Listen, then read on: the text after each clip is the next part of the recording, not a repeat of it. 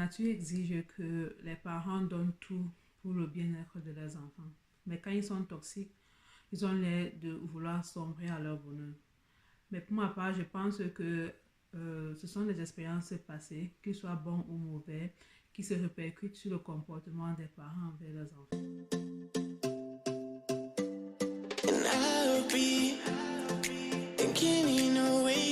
Salut les amis, j'espère que vous allez bien. En tout cas, moi, ça va. Aujourd'hui, on se retrouve dans une nouvelle vidéo avec la rubrique Vos Story Time, mes conseils. Et vraiment, j'attends vos conseils en commentaire parce que l'histoire d'aujourd'hui, elle est vraiment triste, quoi. Ce que l'abonné en question a subi est inhumain. Vraiment, je vous le dis, c'est vraiment inhumain.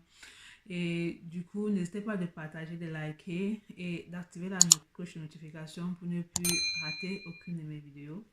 Rejoignez-moi aussi sur Instagram parce que là-bas, en fait, je partage des choses que je ne dis pas forcément ici sur YouTube, quoi. Et donc, sans plus tarder, on va commencer avec l'histoire de l'abonné. Bonjour Las, merci pour tes conseils. Tu es toujours au top comme d'habitude. Je viens aujourd'hui avec le cœur meurtri pour te partager mon histoire. Espérant qu'avec tes conseils et ceux de tes abonnés, je pourrais prendre une décision.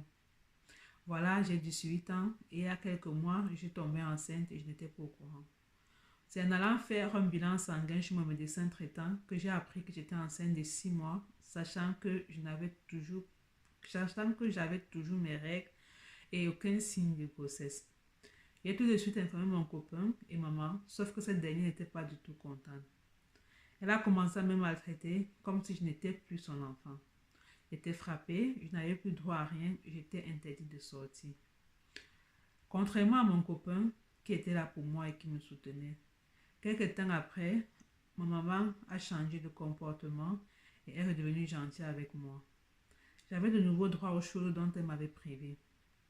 Maman, en rentrant du boulot un soir, me fait comprendre qu'elle va me concocter une boisson bien-être faite à base de plantes naturelles et que c'était une recette familiale pour permettre aux femmes enceintes de passer une grossesse sereine et sans crainte. Par la suite, elle s'est excusée de son comportement et m'a dit qu'elle sera toujours là pour moi. J'étais vraiment heureuse d'avoir son soutien. Sauf que, quelques temps après avoir consommé la boisson qu'elle m'avait préparée, j'ai commencé à avoir mal, très mal au ventre, vraiment très mal. Et bizarrement, maman ne s'inquiétait pas plus que ça. Quelques temps après, j'ai eu envie d'uriner et quand je suis allée aux toilettes, je saignais abondamment et je me suis retrouvée aux urgences. J'avais perdu connaissance. À mon réveil, l'infirmier m'a demandé si c'était un choix ou on m'avait obligée. À l'instant précis, j'étais perdue et je ne comprenais rien. Sur le coup, et maman qui me dit par la suite de ne rien raconter de ce qui s'est passé ce soir-là. Je t'épargne les détails.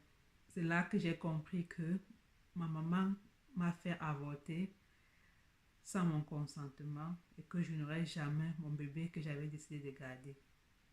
Depuis ce jour-là, je ne parle plus à ma maman. J'ai quitté la maison et je me débrouille de moi-même. Ma maman ne s'est jamais excusée pour son acte volontaire.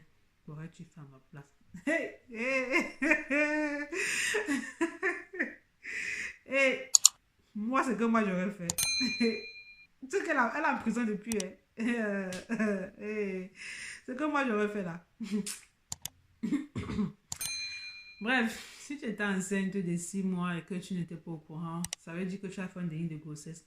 Et pour ceux qui ne savent pas ce que c'est qu'un déni de grossesse, c'est tout simplement le fait d'être enceinte sans avoir conscience de l'être. C'est-à-dire que le corps ne présente aucun signe habituel de grossesse. Et du coup, en l'absence de ces signes de grossesse-là, la concernée ainsi que son entourage ignorent tout simplement la grossesse. Maintenant, qu'est-ce que moi j'aurais fait? Seigneur. Ce que ta mère a fait là, c'était en âme et conscience.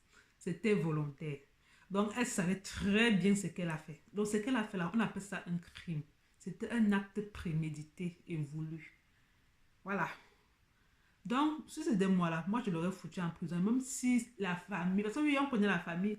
Quand tu vas vouloir te plaindre et dire que voilà, voilà ce qui s'est passé, on va avoir cherché à te dissuader en disant que non, c'est ta mère, t'as porté 9 mois dans le ventre, tu peux pas jamais lui rembourser ce qu'elle a fait, même si elle était petite.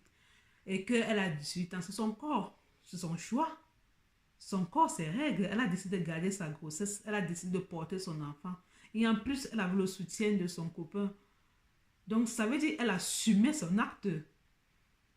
Et toi, sa mère, toi, tu viens, tu la prives le droit d'être mère sans son consentement. Tu ne lui as pas demandé si elle voulait ou pas. Tu as prémédité ton acte. Ma chérie, si c'était moi là, elle serait en prison. Même si elle venait s'excuser, j'allais appeler la police. J'allais demander à la police de la mettre en prison. Parce que j'allais tout raconter de A à Z. Tout. Même à l'hôpital, là, moi, j'allais raconter. J'allais même pas attendre que j'allais réfléchir quoi que ce soit. Non, non, non. Moi, j'allais tout raconter. Parce que non seulement c'est un acte volontaire, c'est prémédité et c'est délibéré. Non, hey. Dites-moi en commentaire, les amis, qu'est-ce que vous auriez fait à la place de la fille, en fait? Qu'est-ce que vous auriez fait à la place de la bonne?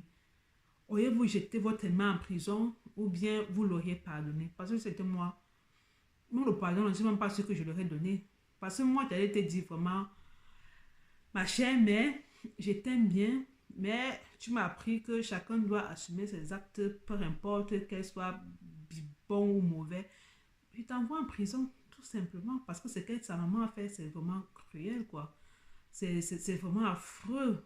Tu ne peux pas faire quelque chose sans le consentement de la personne. Pour ça, je ne peux pas tolérer. Sérieusement, je ne peux pas tolérer. Mais après aussi, ça reste un traumatisme à vivre. Donc, il faudra aller rencontrer un thérapeute qui va pouvoir t'aider et aller de l'avant. Et aller mille mois, c'est même trop. Parce que c'est quelque chose que ça sera difficile pour toi de te reconstruire après cela. Donc, c'est mieux d'aller rencontrer un psy qui va t'aider à aller de mieux en mieux, quoi. Voilà, c'est tout ce que moi j'ai dit. Dites-moi en commentaire ce que vous en pensez et tout et tout. Voilà, les amis, c'est ici que la vidéo se termine. J'espère qu'elle vous aura plu. N'hésitez pas de mettre un pouce bleu. Et voilà, si de partager la vidéo et de... Voilà, on se retrouve prochainement dans une nouvelle vidéo. Tchuss!